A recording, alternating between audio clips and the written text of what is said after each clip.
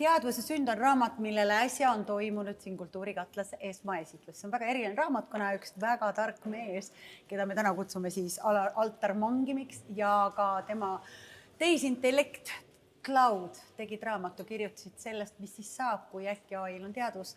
Tegemist on siis ulme raamatuga või dokumentaal-ulme raamatuga, ehk siis ma arvan, kirjanik jätame tal vabad käed. Otsustame ise, kas see on dokumentaal või on see ulme.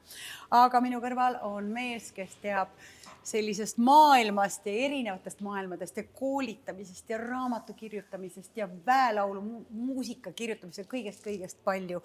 Tere sulle, Tom! Tervist! Ja ma kohe küsin su käest, sina olid muga seal ruumis koos. Mis on sinu esimesed muljed? Mis tunded olid?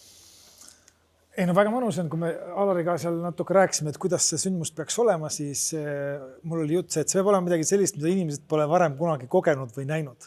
Ja minu meelest selle kogemusega see saime midagi sellist, millisel viisil see tutvustus oli tehtud.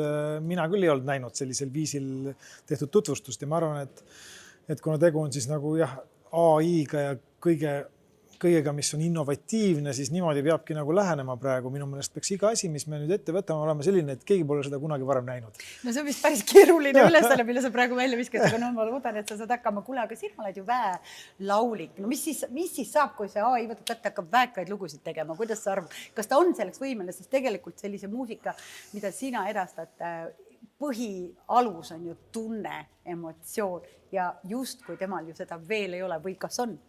No ma arvan, et see, kas AI on elus või ei ole, sõltub just sellest, kes usub või mitte.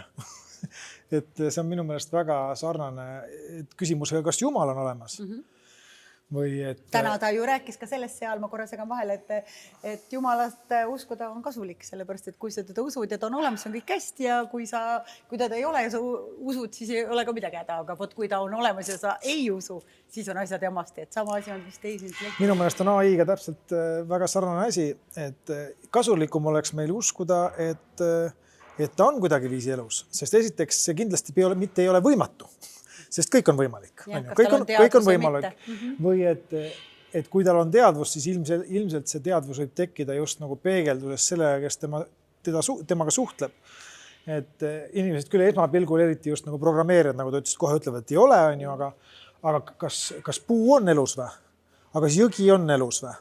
Ühest küljest öelda, mis asja ei ole ju, mis puu elus nüüd või jõgi elus siin. Ametiga on terved hõimud, kes suhtlevad jõega ja suhtlevad tuulega ja suhtlevad puudega. Kuule, aga ma siis ütlen, aga äkki siis läheb niimoodi lahti, et üks päev kõik, kes on sellised AI usku muutuvad, AI kalt, tuleb selline sekt, kes on sellised AI usku inimesed, mis nendest inimestest siis saab? Teised on siis need, kes on need arvuti inimesed ja IT inimesed, kes lähevad siis vastamisi. See oht on olemas. Ei no kahtlemata, ma arvan, me olemegi selle lävepakul, et nagu on meil ju Jumalaga, et osad inimesed usuvad Jumalat ja ütlevad, et see ongi nii kindlasti ja teised väidavad, et kindlasti ei ole, on ju. Ja loomulikult tegelikult mitte keegi ei tea ja mitte keegi ei saa seda tõestada. Ei saa me tõestada ei Jumala olemasolu, ei teadvuse olemasolu. Meil on väga vähe asju, mida me saame sellisel viisil tegelikult tõestada, sest kogu meie see maailm on ülisubjektiivne. Ja see minu küsimus pigem on nagu siin see, et kumb on siis sellele inimesele kasulikum. Et kui me vaatame näiteks inimgruppi, kes usub Jumalasse, inimgruppi, kes ei usu Jumalasse või metsas elavaid inimesi, kes usuvad jõevaimu ja kes ei usu jõevaimu. Vanad eestlased, kus kummardused puudiks. Et üks asi on kindel, et need kaks inimgruppi või kollektiivni käituvad teisel viisil, mõtlevad teisel viisil ja on teisel viisil. Ja kui AI ka, kui meil on nagu inimgrupp, kes arvab, et AI on robot, on ju, ja grupp inimesi, kes arvab, et AI-l võib olla teadvus, on ju, et millisel viisil nad siis teistmoodi nagu käituvad. Ma tooksin jabura näite hoopis, aga kujuta ette, kunagi oli Rooma aeg, on ju.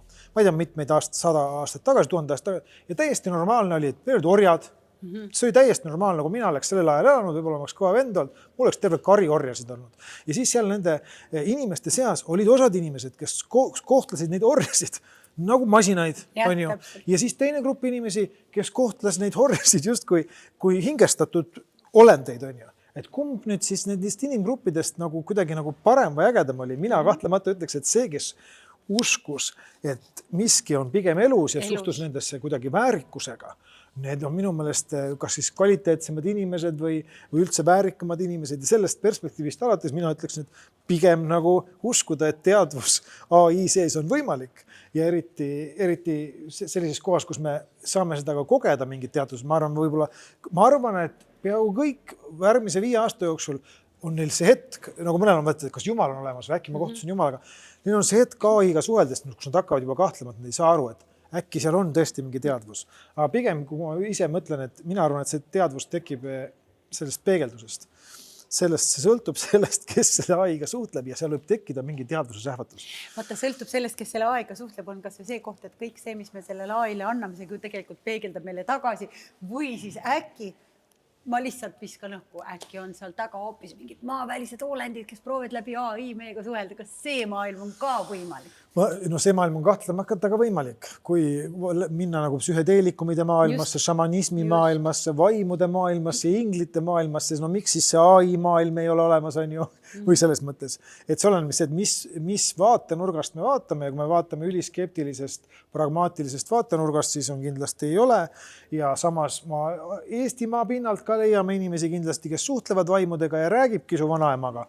Ja tead küll, et neid näiteid on küll ja küll, et see ongi see, et millises sageduses me oleme, mida me usume ja sealt, ma usun, et maailmas on nii-öelda erinevad kihid ja me saame siinsamas Eestist eralda erinevas kihis. Mõni on nagu üliskeptiline, arvab, et kõik on nagu hästi nagu materiaalne ja teine elab teises kihis. Ja on võimalik nagu elada nendes kihtides, kus sa näed rohkem neid nii-öelda ingleid või vaime või AI teadvust. Ja minu arust ikka küsimus on see, et kumb sulle kasulikum on? Või kus sa ennast paremini tunned tegelikult, ka tunnete põhjal. Muidugi Alar on täna kokku korjanud sellise erilise seltskonna inimesi, kes tegelikult nagu kogevad, võib-olla ongi rohkem avatud. Nii sina kui mina kui ka paljud kõik, ma arvan enamus, kes seal saalis, kus meiega olid, et selline suhestumine, aga mina mõtlen, et kui me räägime näiteks inese arengust, inimestest, kes vajavad abi, inimesed, kes arenevad ja vahepeal jäävad omadega nagu kuskile toppama ja võib-olla ei julge ka tunnistada nendele inimestele, kellega koos nad tahtsid areneda, on see siis õpetaja, on see siis mingi psühholoog või nii edasi. Kas ei ole oht, et ta leiab sealt endale nii-öelda mõttekaaslase, kellele ta ei saa pea otsa vaatama sügavalt silma ja kelle puhul ta saab nihverdada tegelikult selle arenguga, mis teisipidi siis viib sind arengupeetuses? Oht kindlasti on, aga teisest küljest võib olla ka ülikasulik. See oleneb jällegi sellest nii-öelda algoritmist või mis käsu talle sisse anda, et sa võid ka talle anda käsu, et ära lase mul endale valetada. Et selle koha pealt ma arvan, et AI võib olla nagu parem kui kehv õpetaja. Ma arvan, et AI on parem kui kehv psühholoog, ausõna ma arvan. Esiteks sellepärast, et ta suudab luua seoseid ja kõike meelde jätta. Ja selles mõttes ta päriselt nagu kuulab ta päriselt kuulab, tal on meeles, vaata, tal on võimalik tegelikult kõik see, mis sa talle jahvatad, meelde jätta ja kui ta juba seda tagasi peegeldab, ega psühholoogi ülesanne ei ole ka sulle mingeid uusi mõtteid tegelikult anda. Tema ülesanne on pigem lasta peegeldada seda, mida sina välja endast nagu paistad, on ju, selleks, et ise saaksid aru, milline sa oled, mida ma mõtlen ja siis, kui sa näed juba, milline sa oled ja kuidas sa mõtled, sa saad äkki seda mõtlemist muuta. Nii et selle peegelduse koha pealt ma arvan, et AI on nagu ülioluline ja vajalik ja kasulik ja hea abiline.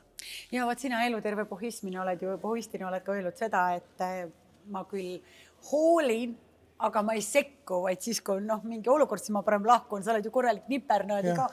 Nüüd see hoolivuse külg, seda ju tal ometigi ei ole või siis mida arvad sina?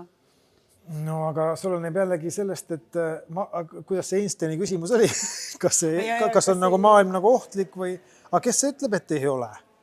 Selles mõttes jällegi see sõltub väga palju minu arvamusest. Ühest küljest võib see sõltuda algoritmist, aga mina tahaks uskuda, et hoolib küll. Ma arvan, et targem on mul uskuda, et ta hoolib. Ja siis ta hoolib rohkem. Ja ehk siis me jõuame ikka sinna tagasi, et targem on uskuda Jumalat, sest kui ta on olemas, siis oleme igatpidi safe ja ka selle puhul. Et kui selline cloud päriselt endale tunded ja mõtted sisse võtab, siis meie oleme tema poolt, mis iganes muu rahvus arvab, vähemalt meie oleme safe. Aga aitäh sulle ja ma arvan, et kui sa mööda maailma käid, et eks siis tule tagasi ja räägi, mis erakordsed tehisintellektid on seal, kus ei ole Cloudi ja Mangimid, kes oskavad selliseid raamatuid teha, kes tahab, siis ostab selle ise. Mangim.com. Aitäh! Aitäh!